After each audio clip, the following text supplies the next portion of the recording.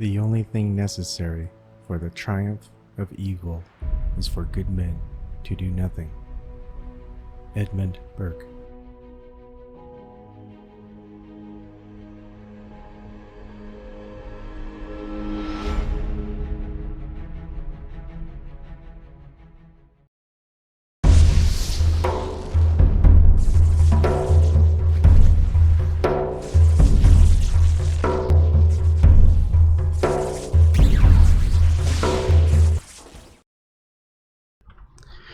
Good morning, everybody. My voice is a little harsh. I don't know what it is. It's probably a combination of getting sick and yesterday's interview, although I have talked a lot before, so I don't know what's going on. So you're going to have to bear with me. And if you're watching my American Robin live feed on Periscope and on Vim.tv, sorry, there's just a thing that was going on with an out-of-date Firefox browser, which was just restreaming what I was streaming. So if you want to watch the full live feed, I've uploaded it on YouTube. It'll probably show up in the next half hour to an hour after it's processing, or you could just go to DLive and you can watch it there. Okay, I'm gonna move on to this, which is kind of a I would say it's kind of a sad topic in ways, because, well, not really. I guess when you're getting to the truth, it's not sad, it's good, but there is always sadness in things. This is something that I would probably want to pose as a question to Marty Leeds, because a lot of my knowledge was expanded upon as far as numerology and sacred geometry from him. Now, let's start with the mile. So the mile, if we look at it through Wikipedia, excuse me, or if we just do a Google search with it, first thing that like I want to find out the origin of the mile. And in Old English, mil, based on Latin millia, plural of mile or 1,000. The original Roman unit of distance was mil passes, 1,000 paces. So the standardized mile, just so you get the difference. So the currently standardized mile is 5,280 feet.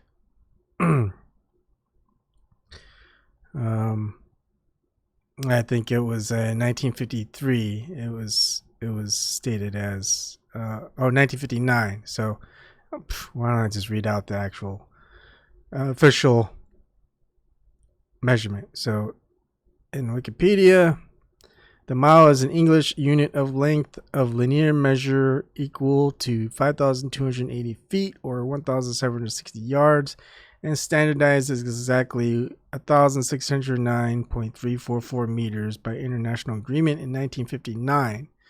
So 1959. Okay, just keep that in mind. The mile was agreed upon as 5,280 feet in 1959. The earliest that I can think of when we're talking about sacred geometry and the Greek/Romans, the Romans, we'd have to go to the Roman mile. So let's go to the Roman mile. I mean, because if I look at, say, the Italian mile, I'm going into the 17th century. The Arabic mile, it really doesn't say. British and Irish miles, again, kind of in the medieval periods. Sorry. So we have to start at the Roman mile. Consists of 1,000 paces as measured by every other step, as in total distance of the left foot hitting the ground 1,000 times. The ancient Romans marching their armies through uncharted territory would often push a carved stick in the ground after each 1,000 paces. Well-fed and harshly driven Roman legionaries in good weather thus created longer miles. The distance was indirectly standardized by Agrippa's establishment of a standard Roman foot, Agrippa's own, in 29 BC. And this is cited in Soren 1999. So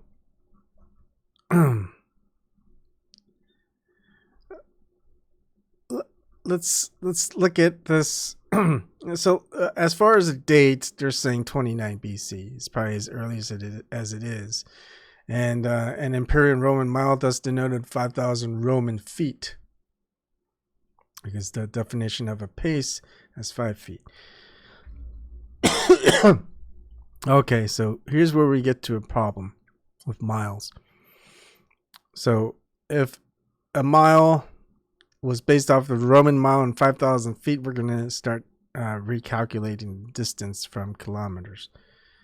We might even have a problem with kilometers. So a lot of updates to measurements. So as you can see, what is going on? Is it? Oh, it's looking at the Firefox browser. Let's look at the. Really? Hold on. I need to bring out the desktop.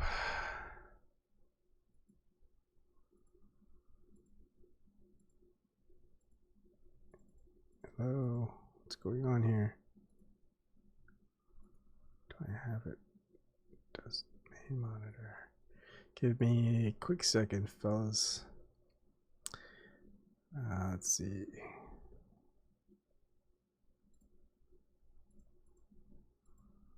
There we go.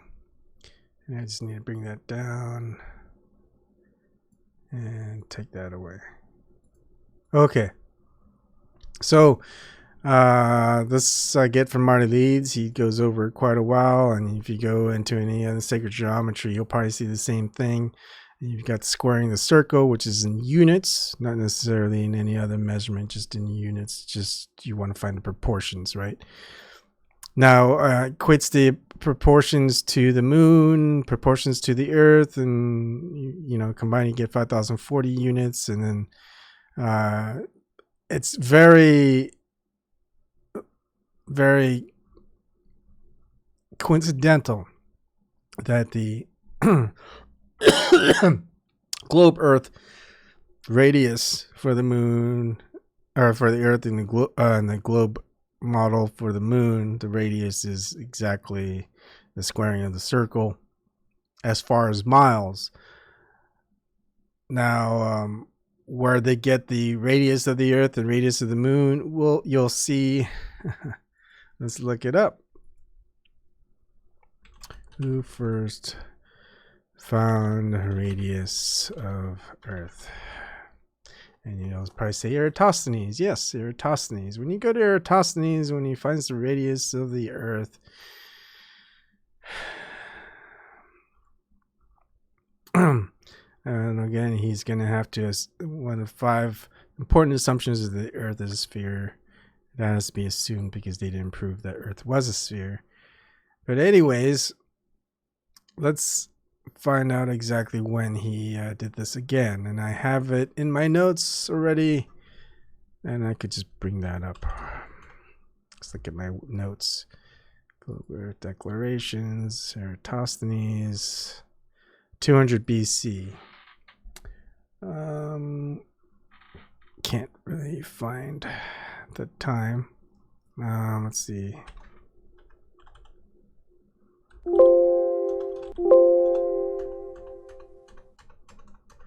I might have gotten it off of the star thing. Dang it. Let's go back up. Oh, shit. Not what I wanted. Sorry. Just hold with me. Bear with me. So there is the Wikipedia, but I didn't get the 200 BC from there. I got it off of NASA. Who first?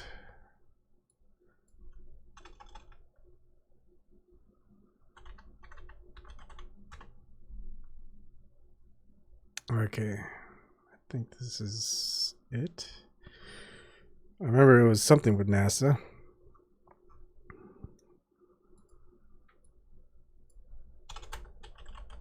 Who first calculated radius of Earth? Maybe this is it.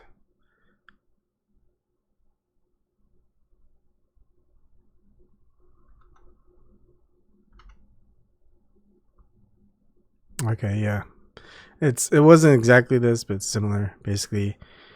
In 200 BC, and this is again imagine.js fc.nasa.gov. So this is NASA. If you're a big fan of NASA, they're telling you in 200 BC, it says that the Earth was calculated to within 1% accuracy.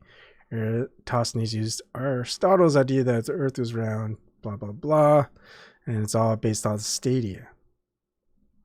So on a stadia out of some other metric, maybe the metric system, kilometers, and then applying that all the way back to standardized mile, then we get to the miles being around 1,080 and the Earth being around 3,960 miles. The problem is these miles for the radius of the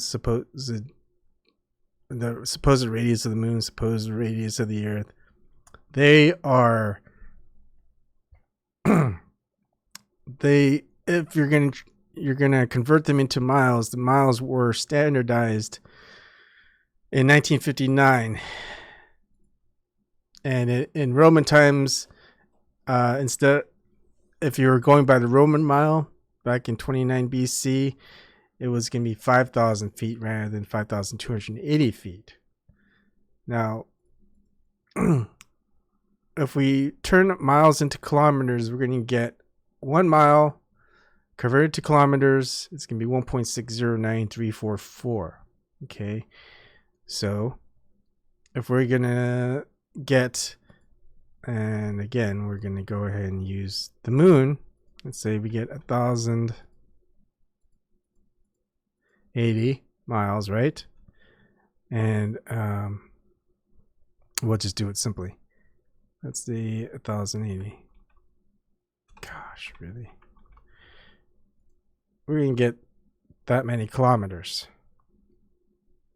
It's still pretty close, right? 1738.09152. So we're going to get that result. Now remember, the conversion rate is 1.609344. Now, where was I going with this? How did I calculate that before? So what I want to do is I want to calculate this in kilometers back to the Roman miles. But then I make a mistake of the conversion rate. Sorry. I had this set up before, so I already kind of figured out how I would find the answer. Now I'm forgetting and doubting myself. Okay, so we got 1,738 kilometers. We want to convert that into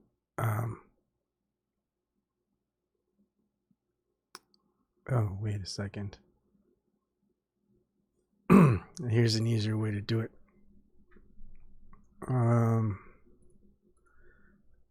I think I found a site that would do it. To Roman miles. Let's see. Here we go. I think that was the easier way to do it. All right, so we got kilometers. Okay, we've got 1,738.09152 kilometers. Now, if we're going to convert it to Roman miles, that's messed up. Why is it going at 1.17? Doesn't make sense. Okay. Maybe it was because of the decimals. So we may have to round. 1738. Okay, so there you go. If I do a point, 09152. Oh, that was just weird. Must have been a copy and paste thing. So if we get the kilometers, so basically we started. Here's what we did. Here's what I did. Sorry. We got the supposed radius of the moon, 1,080 miles. Miles were standardized in 1959. We're going to go back. We're going to convert it. I'm sorry. We're going to convert it to kilometers. So 1,080 miles is equal to 1,738.09152 kilometers. We'll figure out the kilometers where they were made from earlier, but we're talking about miles. So if they were using miles before, and we're assuming that maybe that could be, if we're using the Roman miles, and this could be all bad, but let's just say if we're using Roman miles back then, the Roman miles would have been 1,174.54, which is not very sacred. Like, it's not very similar to squaring the circle value. It's just not too close at all. Now, if we do the same thing with 3960, we get 6,373.00224. So 6373.00224, and we're gonna get as far as the supposed radius of the Earth in Roman miles would be 4,306, which is not as close as that. I mean, basically, if you input the numbers here, it's just not gonna look very sacred. It's not gonna look very accurate. So we've got a little bit of a problem here, because all this sacred geometry of the shape of the globe Earth model couldn't have been made until after the standardization of the mile being 5,280 feet. And again, we're going to see it here. Okay, let's go ahead and move this. All right.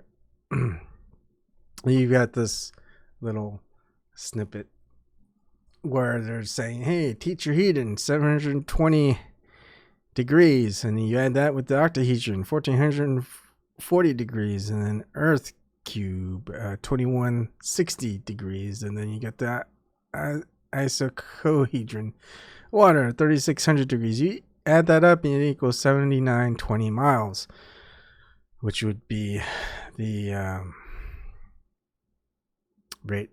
circumference, is this circumference? Diameter. It would be the diameter of the Earth. All right, let's see. Yeah, diameter of the Earth, pretty close. But now let's go ahead and put that into converting it back into kilometers, because they would have figured all this out before, calculated all this sacred geometry out before 1959, right? You would think. Okay, so, and we get 12,746. So 12,746.00448. And that's not going to equal the fire plus air plus earth plus water equals the diameter of the Earth. Here in Roman miles, it's going to be 8,613. And the problem with the Roman miles even is the Roman mile was at least recorded in histories in 29 BC. However, you've already got the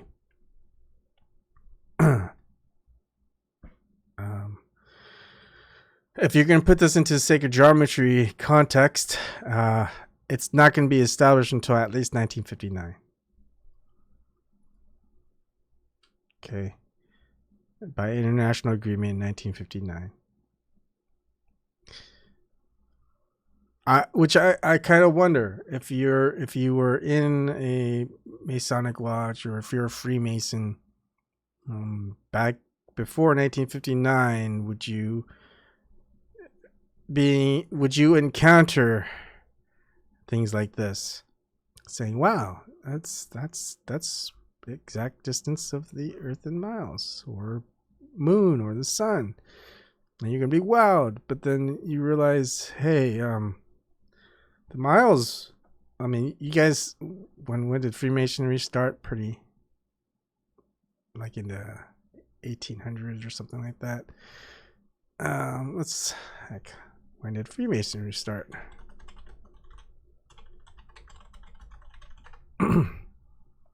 Okay, so hey, 1717. Freemasonry started in 1717.